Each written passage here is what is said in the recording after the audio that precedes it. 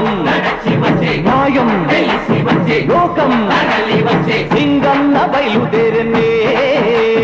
నీకోసం ప్రాణమిచ్చే విధమైన శక్తి ఉంది నీకోసం ప్రాణమిచ్చే విధమైన శక్తి ఉంది ఏదో ఒకటి తేలే వరకు